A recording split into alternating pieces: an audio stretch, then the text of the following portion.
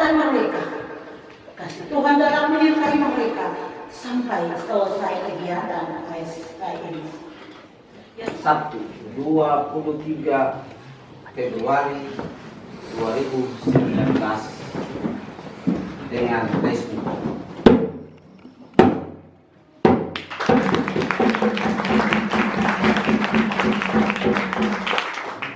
Oh Tuhan, pandanglah pewaris tanah ini, hanya memarah iri dan dengki merasuki hati.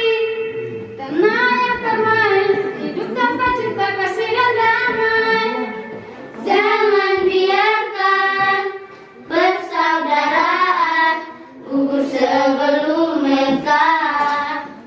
Tuhan jadikanlah anak bangsa ini satu hati, satu rasa, satu hati, satu rasa. Tuhan jadikanlah anak negeri ini dalam persaudaraan.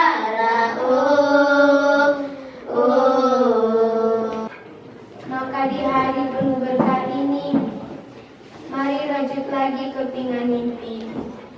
Dan dari saat ini hingga nanti bumi tak berputar lagi, teruslah berjuang buat mimpi-mimpi indah kita menjadi nyata.